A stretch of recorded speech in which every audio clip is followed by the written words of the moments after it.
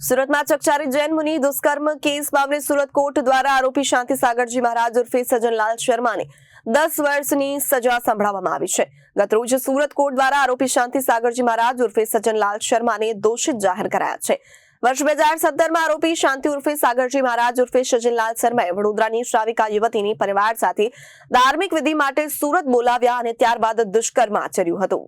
સુરતમાં ચકચારી જૈન મુનિ દુષ્કર્મ કેસ મામલે સુરત કોર્ટ દ્વારા આરોપી શાંતિ સાગરજી મહારાજ ઉર્ફે સજનલાલ શર્માને 10 વર્ષની સજા સંભળાવી છે।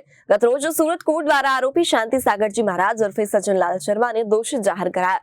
વર્ષ 2017માં આરોપી શાંતિ સાગરજી મહારાજ ઉર્ફે સજનલાલ શર્માએ વડોદરાની શ્રાવિકા યુવતીને પરિવાર સાથે ધાર્મિક વિધિ માટે સુરત બોલાવ્યા, જ્યાં એકાંત રૂમમાં લઈ ગયા બાદ તેની જોડે દુષ્કર્મ આચર્યું।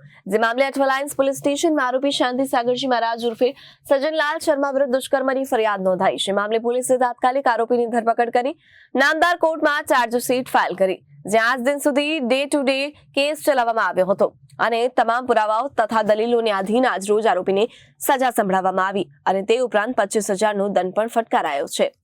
શાંતિ સાગરના કેસમાં સુરતના એડિશનલ સેશન જજ શ્રી A.K. શાહ સાહેબે ગઈકાલે આરોપીને કસૂરવાર ઠેરવેલો હતો। ટ્રાયલ મારા એડિશનલ પીપી રાજેશભાઈ ડોબરિયાએ ચલાવી અને સજાને માટે આજે દલીલ કરવામાં આવી। આરોપીનો જે રોલ હતો તે રોલ દલીલમાં કહેવામાં આવ્યો, ગુનાની ગંભીરતા શું છે તે પણ કહેવામાં આવી। સામે પક્ષે એવું પણ કહેવામાં આવ્યું કે આરોપી 27 વર્ષથી સાધુ જેવું જીવન જીવે છે તો એ મિટિગેટિંગ સર્કમસ્ટાન્સીસમાં ગણવા જોઈએ અને ઓછી સજા કરવી જોઈએ। સરકાર પક્ષે પણ મહત્તમ સજા અને ન્યાયિક સજા કરવાને માટેની રજૂઆત કરવામાં આવી।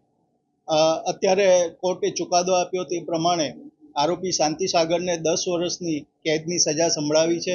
એ ઉપરાંત 25,000નો દંડ એ પણ ફટકાર્યો છે અને ચુકાદાની નકલ આવે એનો અભ્યાસ કરી અને આગળ અપીલમાં જવું કે કેમ સજા સંબંધે તે અમે નિર્ણય કરીશું। Bureau report Janadesh news Surat.